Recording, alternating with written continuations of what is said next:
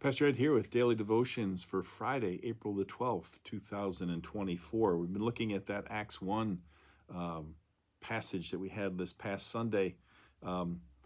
Verse 6 tells us, so when they'd come together, they asked him, speaking to Jesus, Lord, is this the time when you will restore the kingdom to Israel? He basically says in verse 7, no, it's not for you to know the time. But in verse 8, he says, but you say, so it always struck me as interesting. So that they say to him, will you restore the kingdom? He goes, no, I can't tell you that, but you, kind of reversing on them, will receive power when the Holy Spirit has come upon you. So he's kind of bouncing it back to them that they have a role to play now. And we talked about the idea of power yesterday. I wanted to focus a little bit today on the Holy Spirit and how we are to understand. So they're unable to do anything by themselves, in a sense, until they receive the gift of the Holy Spirit. Great story. I think I've told it before, maybe the other year. A student named Steve Winger from Lubbock, Texas, was once taking a challenging class in logic.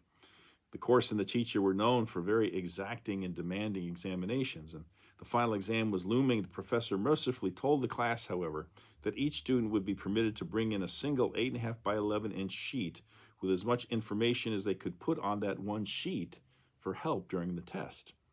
Well, on exam day, each student came to class clutching their precious pieces of paper with as much information that they had scribbled tiny print on it as possible. Again, some students had crammed lines and lines and lines of font so tiny and so numerous onto that single sheet that you had to wonder if they could and how they could actually read it.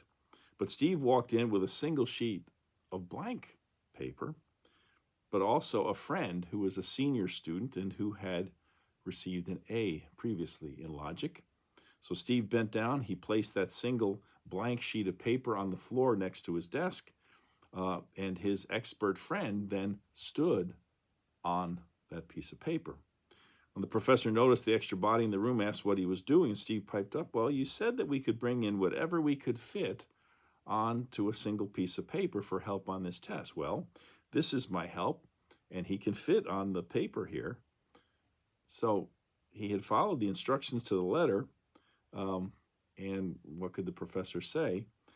He was the only student in the class to score or to receive a grade of A, since, again, he had his expert friend standing there alongside him to help him.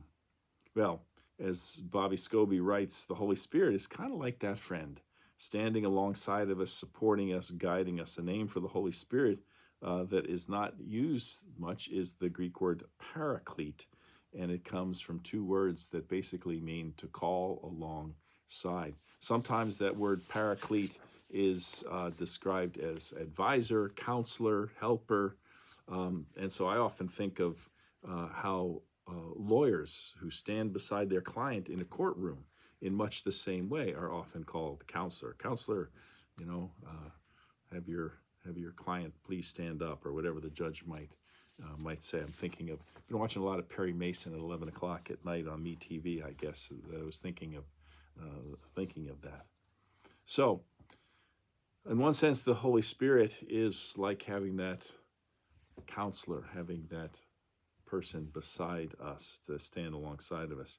But there's also, again, that sense in which we really can't do anything without the Holy Spirit in our lives. So here's another example, a great one I found out from a fellow by the name of Johnny Wilson. He said, here's a story of how I explain the Holy Spirit in us to others, especially to children. He said, I take an empty glove and I tell the kids that it's a magic glove. And I tell them it's amazing because it can pick things up. And then I drop it on a hymn book or a Bible and tell it to pick up the book. And when it doesn't move, I apologize for its failure and assure them that I've seen it pick up books before.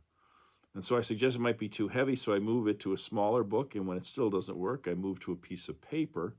And when it still doesn't work, one of the older children is usually on to me and he says, well, I need to put it on, put the glove on. And I then suggest that I neglected something important. A glove can't pick up anything without a hand inside of it. And then I share that we can't do anything significant unless the Holy Spirit is inside of us.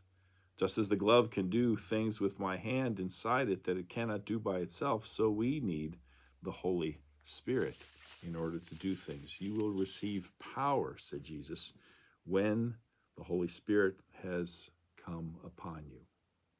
All right, we're going to stop there. We have one more day. We're going to talk about what it is to consider what is meant by you will be my witnesses in Jerusalem, in all Judea and Samaria, and to the ends of the earth. So we'll tackle that one tomorrow. Hope you have a great day today, however, and we'll see you then. Take care. Bye.